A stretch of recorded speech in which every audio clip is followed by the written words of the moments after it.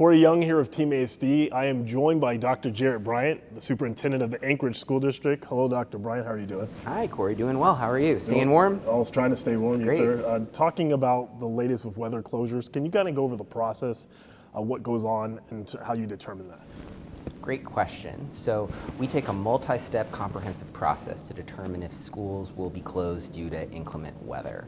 That includes multiple conversations with the National Weather Service, with our partners at the municipality of Anchorage, JBER, and others. In addition, we like getting firsthand knowledge when it is possible. So, for example, at around 2 a.m., 3 a.m., we send experienced drivers throughout the city, and they provide us valuable information as to whether or not a neighborhood is safe to drive in or walk around through that lens of a student.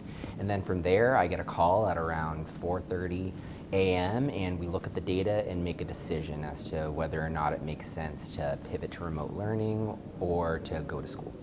As we talk about remote learning, obviously it's different from the elementary level to the secondary level. What is your expectation? This is something that's not meant to be permanent, but it's obviously a solution to, obviously, when we have these days of hazardous weather conditions. Can you kind of explain that? Sure. Remote learning is not meant to be a substitute for in-person instruction. It's intended to provide some continuity between what students learn when they're in school during an inclement weather event. Most weather events are 1 to 2 days. This week has been unique in that we've been out of school for multiple days. So what high school students are doing is logging into Canvas and engaging in their assignments in their course, interacting directly with their teacher. For elementary students, because they don't have one-to-one laptops, they're working through instructional packets that they're given in the event of inclement weather, and also receive direct communication from their teachers to provide additional guidance and assignments if needed.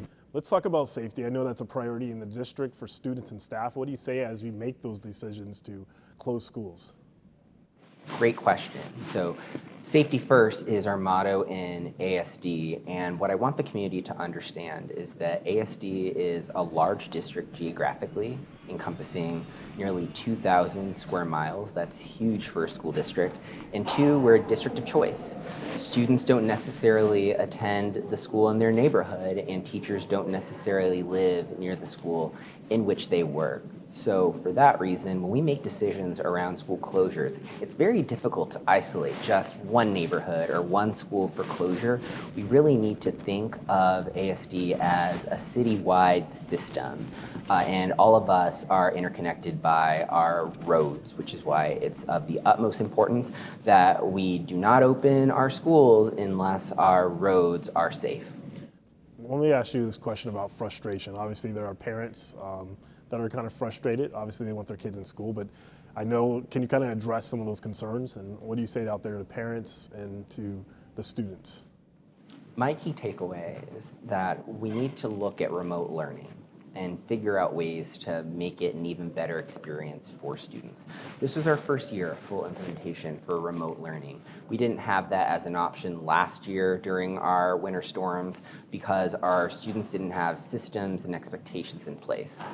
Year one, I believe that we have achieved quite a bit of success. We hadn't anticipated that we would be in remote learning for as long as we were, so now we need to determine, should the district ever encounter an extended weather event, what is the strategy when it comes to keeping remote learning engaging and informative for students? So that's going to be one of the focus areas, and focus area number 2 is for ASD to continue to be a good partner to our municipality and our state, because without them, who are there to clear our roads, we can't get our students to school. So we want them to be successful. So I look forward to working with our city and state leaders and asking them, what can ASD do to be a part of the solution so we can be in person?